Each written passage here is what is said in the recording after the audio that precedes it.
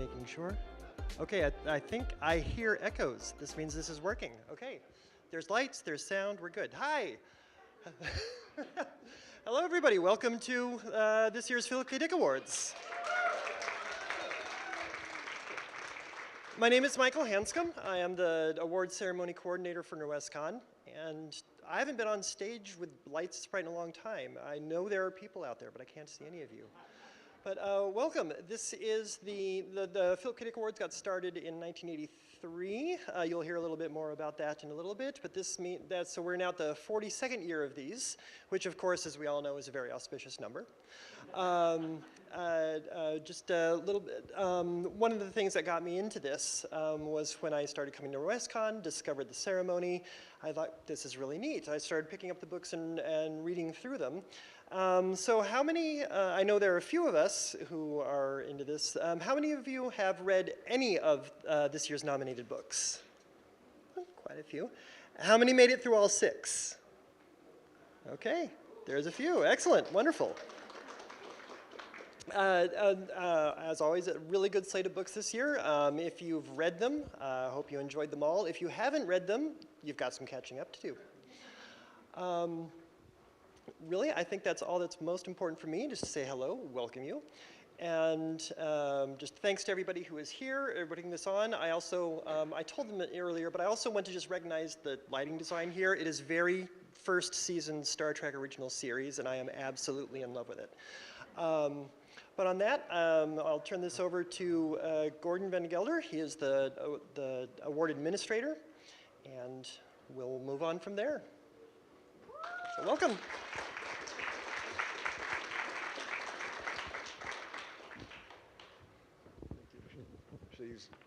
Actually, I think Rob Stewart is up next. Oh, did I get it backwards? Doesn't matter. This is live, folks, believe it or not. We'll go back and forth. Yeah. No, why don't you come and get this? All right. We blame it on you. This work? Does this one work? Can you hear me? Hold on, let me break things. It is bright up here. I'm glad it's really bright. I can't see you all when I stumble over half the words I wrote. Well, my name is Rob Stewart, and I have the honor of serving as the chair of NorwestCon this year for 47. I want to thank each and every one of you for being here this weekend. It has been a joy to see everyone coming together, connecting, celebrating the worlds we love. I hope you all have a wonderful time. I'd like to begin with a quote from Philip K. Dick that means a lot to me. So books are real to me. They link me to not just with our other minds, but with the visions of other minds. What those minds understand and see, I see their worlds as well as I see my own. That was from Transmigration of Timothy Archer. I read that, God, I think I was like 14 or 15. Let's just say a long time ago. I felt that quote captures so much what brings us all together, our shared love of storytelling and the endless perspective we explore through science fiction and fantasy. So I would like to extend a heartfelt thank you to the Philadelphia Science Fiction Society and the Philip K. Dick Trust for sponsoring this event. Your support helps make moments like these possible. I'd also a huge thank you to our NorwestCon staff. Their hard work and dedication are what make this convention happen. We quite literally could not do it without them. If you're enjoying yourself and have a little time to spare, consider stopping by the volunteer table in the hotel lobby. We'd love to have you join the team. And also to all of tonight's nominees, congratulations. Your creativity, passion, and dedication have brought you here. And that is alone something to be incredibly proud of. We're honored to recognize your work. And to everyone, thank you again for being part of NorwestCon. I hope you all have a fantastic evening. Thank you. Turn it over to Gordon. Part of the reason why I wanted Rob to go first is because the vagaries of transcontinental air travel almost kept me from attending tonight. And as I was thinking of what if I had to cancel, it made me really appreciate what a great job Norwestcon does year after year putting on this award ceremony. And let's give them a big hand.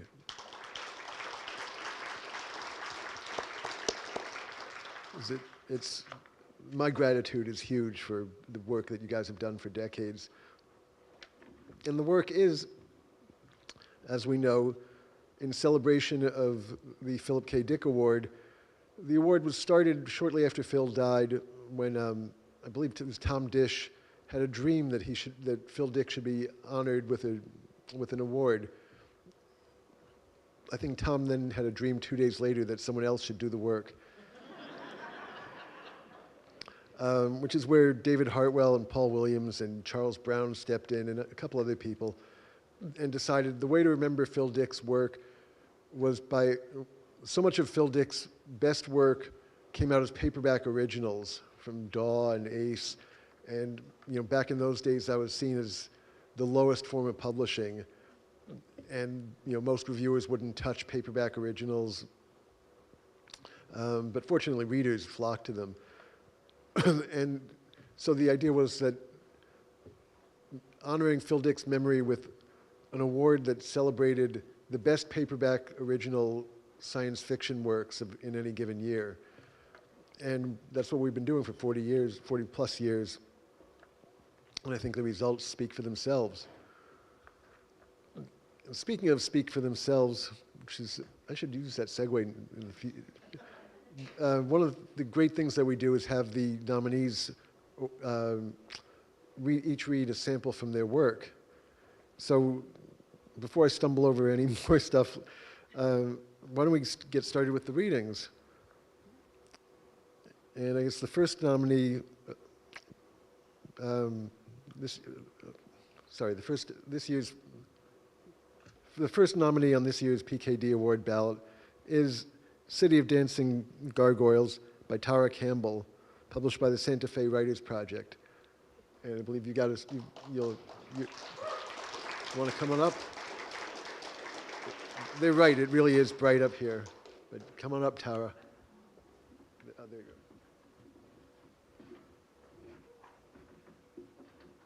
Thank you. Holy moly, they are not kidding about those lights. To my fellow nominees, watch the cord on your way up. I would just like to thank Michael, Rob, Peggy, Gordon, and my fellow nominees who are here, Subo and Bora. All the cool people are here in person. So I'm going to read, so my novel, City of Dancing Gargoyles, is set in a future Western United States that has been ravaged not only by climate change, but by secret alchemical testing. And so that has altered things in various cities. And I'm going to read a dispatch from one of the cities, which is the City of Warring Babies. Transcribed wording from a letter tacked to the door of a bungalow down the street from my inn. The baby in question was, in fact, quite loud. Location, Verdi, Nevada. When you moved here, we all tried to tell you it's not your fault. Some babies just scream, and we know you've exhausted all possibilities because you've told us, exhausted, everything you've tried. Every doctor's visit, all the cognitive tests and aromatherapy and audio therapy and teething rings and parent support groups and baby's first blood work and even your great-granny's poultice, just on a tiny patch though, and only after testing it on yourself, of course. But nothing works. Your baby won't stop screaming, and sometimes you almost feel like your baby's against you, like it hates you, and it won't stop wailing until it knows you're dead and buried. Please know, this is not at all true. In this city, your baby's screeching has nothing to do with you. Your baby is at war with someone you don't even know. The baby down the street, or the one across town, or the one that was just born yesterday and is still in the hospital receiving its first instructions. All babies in this city are at war, which is not to say they are all warriors. You might be tempted to assume that the most vocal babies, like yours, will be the fiercest, that they'll bring that brawling energy into whatever battles they face. You might also assume that not all of these battles will be literal, physical fights, because how many direct combat cultures are left in this world? Certainly not ours, on a good day. So you're perfectly right. The vast majority of the wars your baby will wage will be figurative. They might face individual skirmishes, say deciding whether or not to cheat on a test, or interpersonal conflicts, whether or not to let a friend cheat off their test, or societal battles, whether to vote for candidate X or Y, or just run for office themselves and do all the cheating firsthand. But your assumptions about modality are flawed. A riotous baby might become a courageous fighter, or it might reveal itself as the one who cries uncle before the real fight has even begun. A quiet baby might grow to run and hide, or it might mature into someone who will wait and see, studying how to insert a stealthy knife, planning just when and where to strike for maximum effect. This knife might be figurative or literal, and you might be pleased or chagrined, depending. There's no way to know yet, and nothing to be done. The baby your baby is raging at might be screeching back at this very moment, or it might be cooing to itself in delighted mockery, or it might be lying perfectly still, calculating serenely, the only sound in the nursery, the gentle sucking on its thumb, perhaps the tinkle of a wind-up mobile rotoring plushies in circles above its crib. Not that the baby would know, because it's likely gazing up at a point beyond the fuzzy yellow whales swimming their lazy laps overhead, its eyes on a future coalescing in tune to your baby's screams, calmly choosing its weapons, money, knives, pride, planning how to negotiate terms of engagement, and contemplating already how silently they will shatter, how smoothly the blade will slide through skin. Thank you.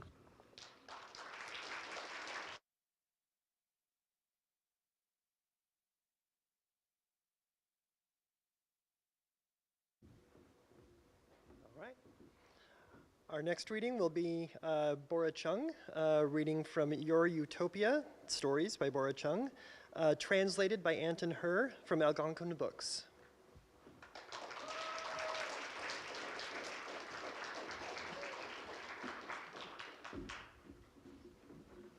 Hello.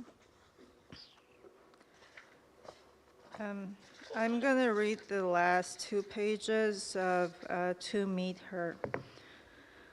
On that day, the musician didn't die, the activist didn't die, and the tank driver did not die. It was a day when they were all alive and all were dancing.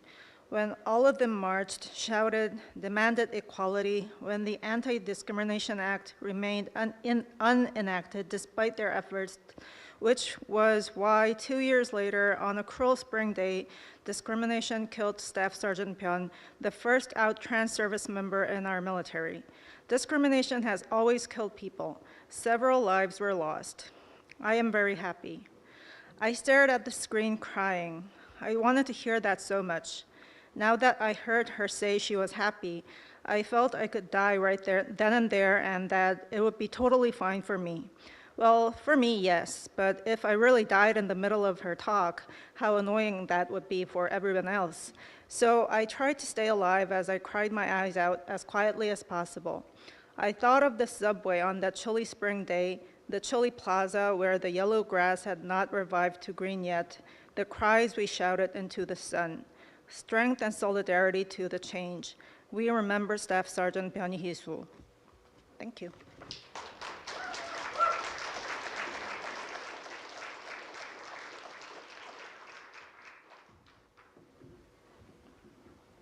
That was Bora Chung reading from Your Utopia. Our third nominee, before I announce the third nominee, let me make my standard blanket apology to anyone and everyone whose name I get wrong. You know, as I told John Smith, you know, it's nothing personal. It's just a knack that I have. The third nominee this year is Times Agent by Brenda Penato, published by from Tor.com. And she couldn't be here tonight. Reading it for her is Kathy.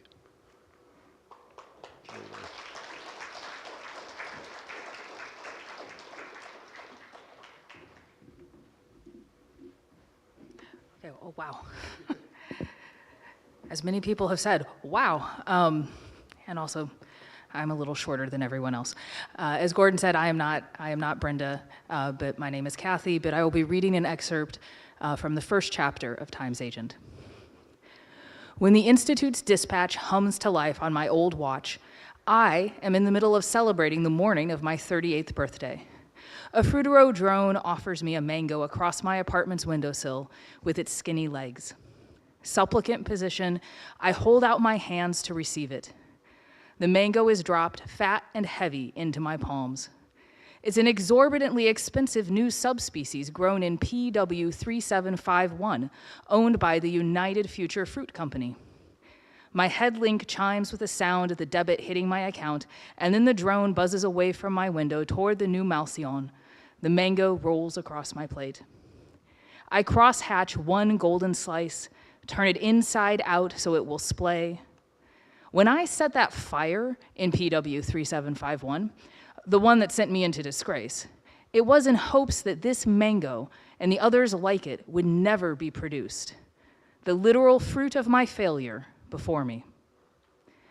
I stick a candle into the grid made by jutting mango pieces, a large paraffin candle made of petroleum byproduct, extracted from PW 7694 until its ecosystem collapsed under the oil spills, coating everything in black. Another pocket world, ecologically decimated, another update of the times.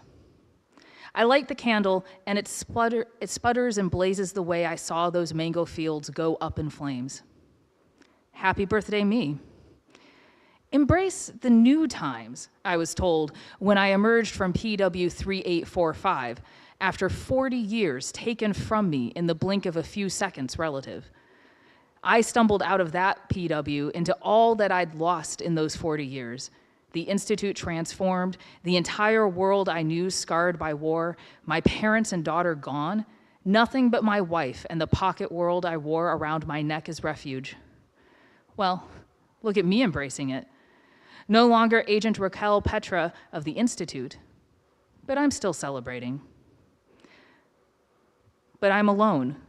Atalantia is crashed on the couch, rebooting. My wife has not yet emerged from the pocket world I wear around my neck. I haven't seen her for months. And who else would I even expect to join me? My parents and most of the people we knew in our youth just one relative year ago are now dead of old age or in the War of the Trees. Santo Domingo is a city I barely recognize as home. My apartment belongs to someone else. The sea rasps at the new Malcyon just a few streets away, having swallowed most of my neighbors in its rising. The whole global institute reduced, brought to its knees, now at the beck and call of the corporations. Everything I spent my years at the Institute preserving and researching now crumbled into ash or consumed. I am ready to wish. I take a breath, the raging air in my lungs screaming to be let out.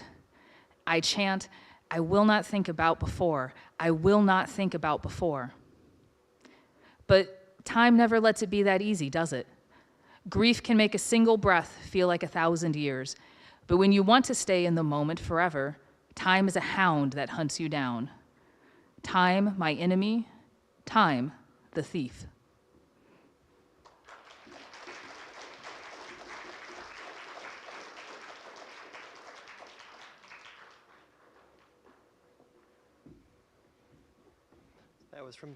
That was from Times Agent by Brenda Penato. Next, we have The Practice, the Horizon, and the Chain by Sophia Samatar from Tor.com, read by Stephen Barnes.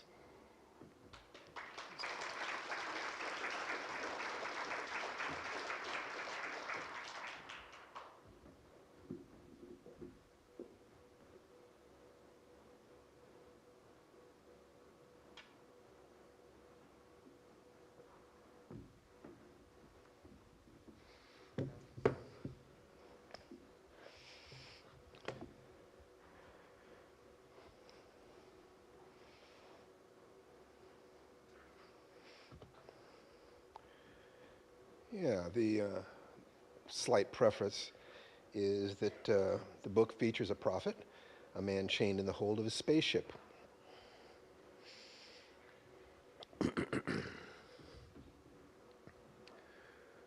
The boy was taken upstairs without warning, unprotesting, as he had been through all the changes in his 17 years.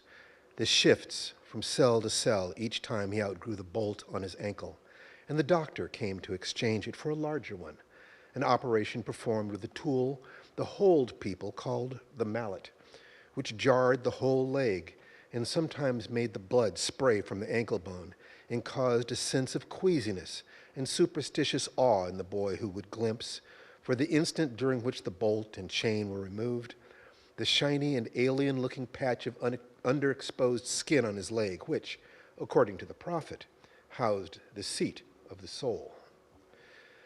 The changes had taken the boy to different cells in the hold and attached him to sundry gangs in a variety of labors, crawling or climbing, lifting or mucking out or pounding repetitively. But always the basic routines and rituals remained the same. The pap and drink served at the same hours. The negotiations with others carried out according to a precise set of regulations.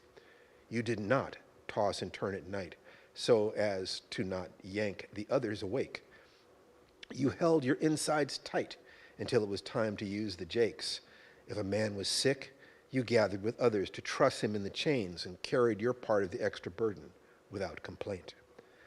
Like others, he had experimented with fighting, learning to use the chain that bound them together to whip or trip his opponent, the older men watching until they decided it had gone far enough and took up the chains to haul the combatants apart.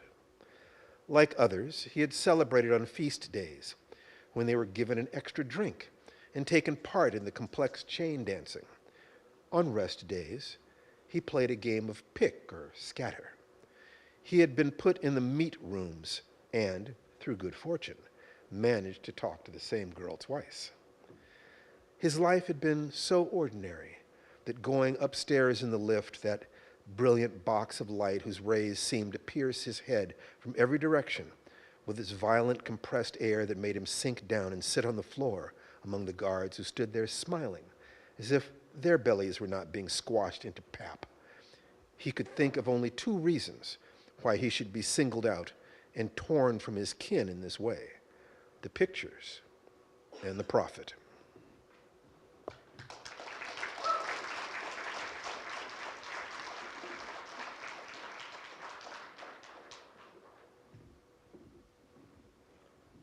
That was from The Practice, The Horizon, and the Chain by Sofia Samatar. Our fifth nominee this year is Alien Clay by Adrian Tchaikovsky, published by Orbit. And Adrian couldn't make the trip from England this year, so reading for him is EW Lloyd.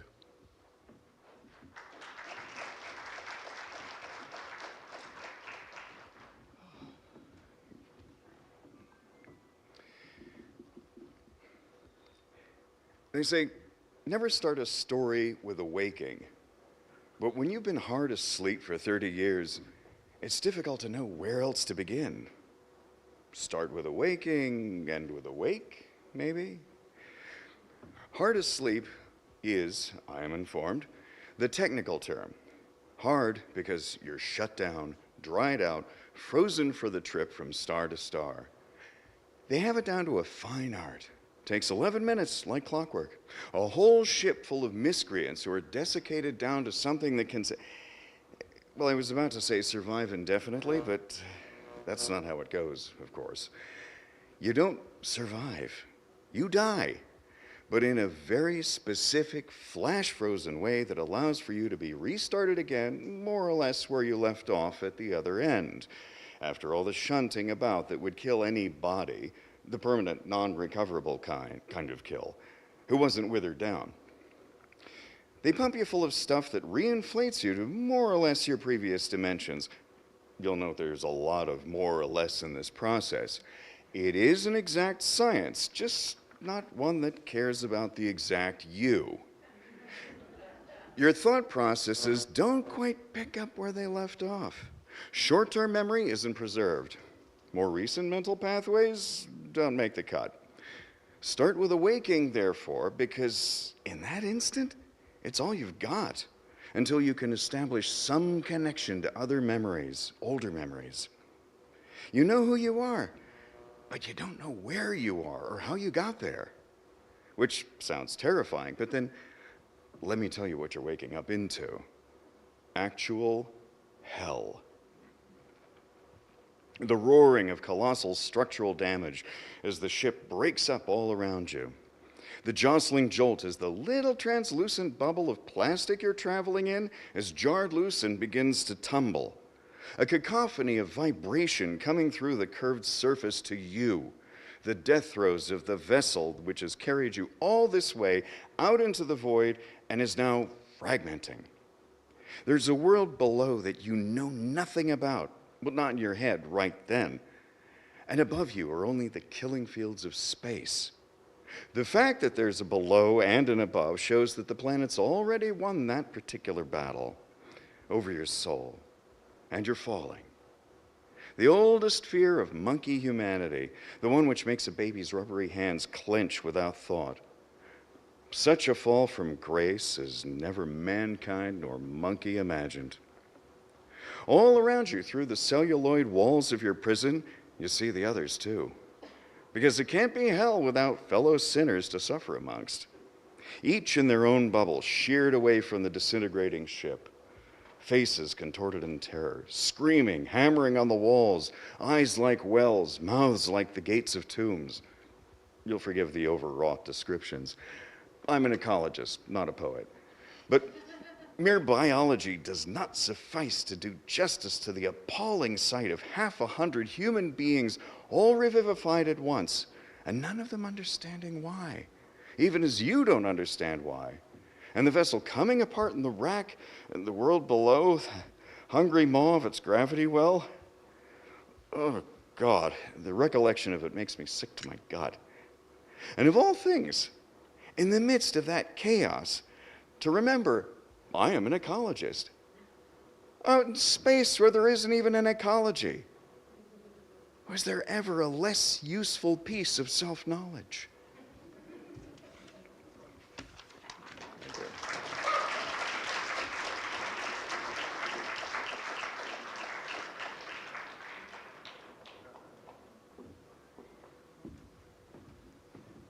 That was from Alien Clay by Adrian Tchaikovsky. Next up is Triangulum by Subodana Wijeratne from Rosarium Publishing, and Subo is here.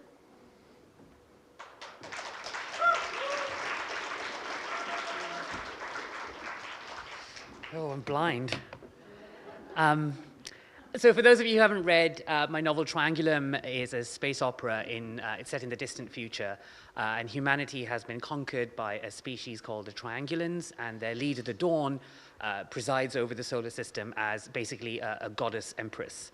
And this conversation is between a priest called the Gelding, who's the main character, at a temple, and the demon he's supposed to be looking after, which is actually an artificial intelligence that was developed by humanity to resist the invasion, but failed. How do you think she rules, boy? Oh, by the way, I should also apologize. This is going to be the sweariest extract tonight.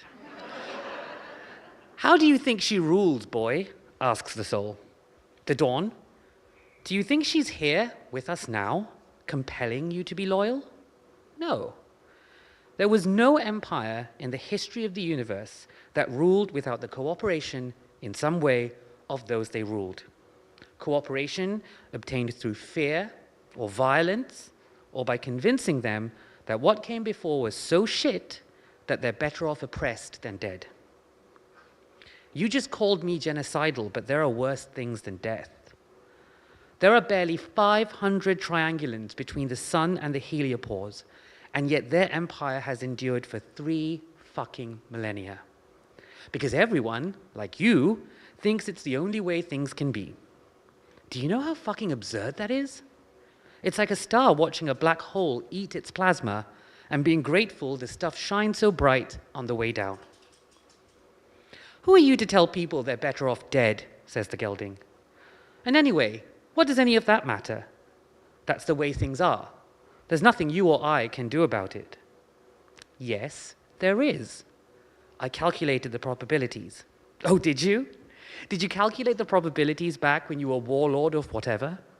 When you were supposed to protect Prithvi from the Triangulans? Did the probabilities tell you you'd win? Yes. Well, then you were wrong. And that's that. A scoff. We don't mean the same thing when we say wrong, boy. Wrong for you comes today, or tomorrow, or in 10 years. Wrong for me won't come until your name and existence have been forgotten, and there's no one in the system who remembers you even existed but me. The gelding steps back from the altar. He remembers that he's in a room with a sentience older than the Tripura, older than the heavenly order, older than anything, maybe, except the 9 worlds of Surya themselves. Just keep your madness to yourself, he hisses, and stalks out. Thank you.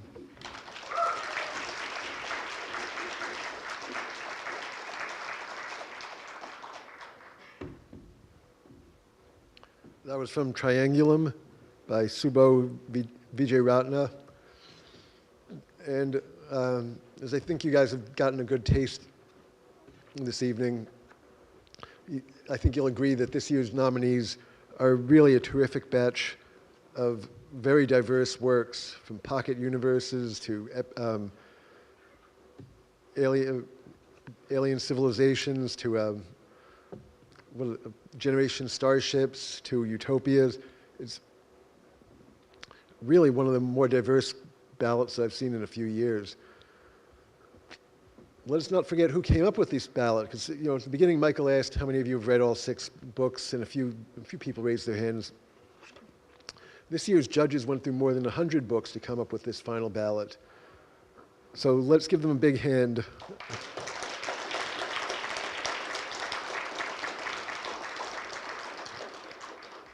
The judges were, for the record, Maurice Brodus, C.S. Friedman, Rajan Khanna, Carol McGurk, and Carrie Vaughn.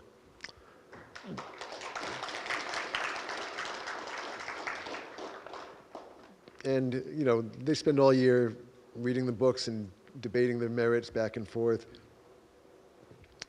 But, to what end? Let's not forget that the Phil Dick Award does not give out a trophy, so it's never had to deal with the possible awkwardness of handing someone a dick,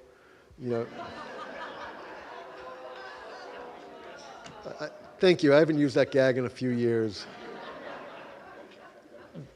What the award does give out is money. And so the winner and the special citation receive a check from us through the Philadelphia Science Fiction Society. And let's not keep the suspense going any longer, because I know some of you have to cash in bets on who won. The special citation this year goes to Alien Clay by Adrian Tchaikovsky.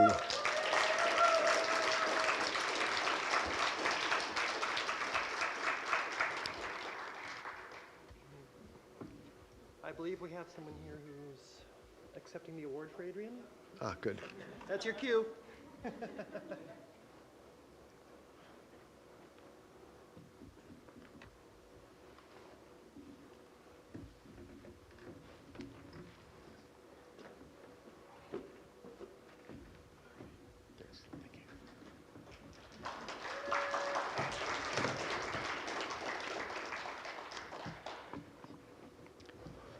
So Adrian's at a convention in Belfast at the moment. I've edited a number of books for Adrian. This isn't one of the books I've edited, but Adrian is one of the most talented and one of the most prolific authors I know, and incapable of writing a bad sentence. Adrian says, "It's a huge honor to receive such a prestigious award. You never really grow out of the imposter syndrome in this business, but moments like this are a strong antidote, at least for a while. I like to think that the man himself would have appreciated Alien Clay for the book's weirder and more lurid sequences, for the games of the world of the kiln plays with the minds of the humans who visit it, and for its repudiation of authoritarian regimes. It's a book about the difficulty of uniting in the face of tyranny and the threat to science and scientific truth from political ideology. It's more relevant right now than I'm remotely comfortable with. My thanks to Simon and Oliver at the agency, to Bella and Michael at Pan Macmillan and Breed at Orbit, and to everyone else who worked on the book so that it could become the best it could be. Thank you.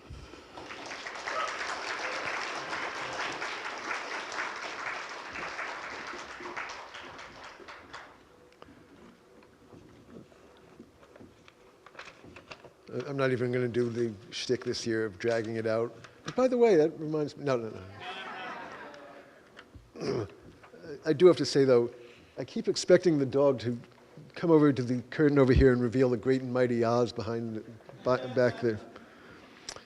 The Philip K. Dick Award this year goes to Times Agent by Brenda Peinato.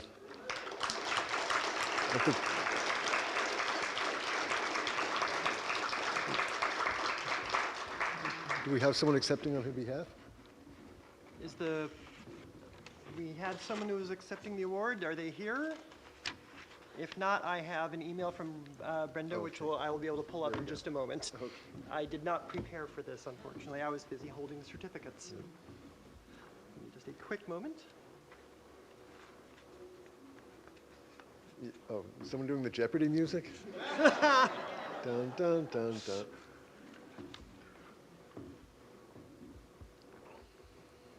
Okay. Got it? Yep. Okay. Would you like? You can Okay. go ahead. All right. So, from Brenda. Thank you so much. It's an immense honor to receive the Philip K. Dick Award, named for a writer whose fractured realities continue to shape the futures we dare to write.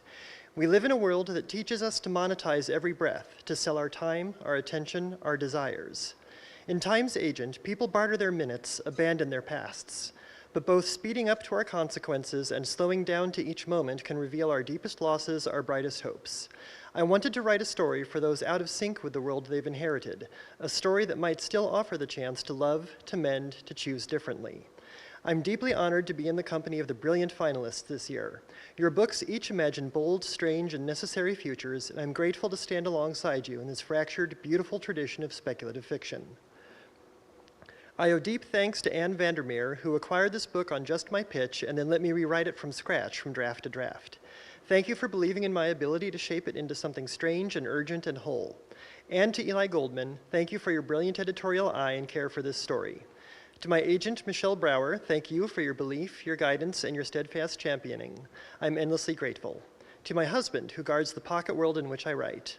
And to my publisher, Tor.com, thank you for bravely publishing novellas and proving that small books can hold the weight of universes. Thank you to the judges and readers for the care and the time you gave to this work. To my characters, thank you for letting me follow you into the slowest pockets of grief and the fastest flickers of hope.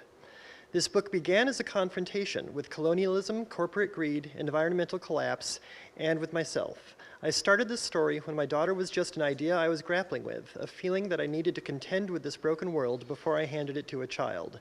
I finished it when she was a baby in my arms, both of us crying for love, new worlds, and new futures. So, finally, thank you to my daughter and my son. In every form, in every world, it's brighter because you're in it. Thank you, Brenda.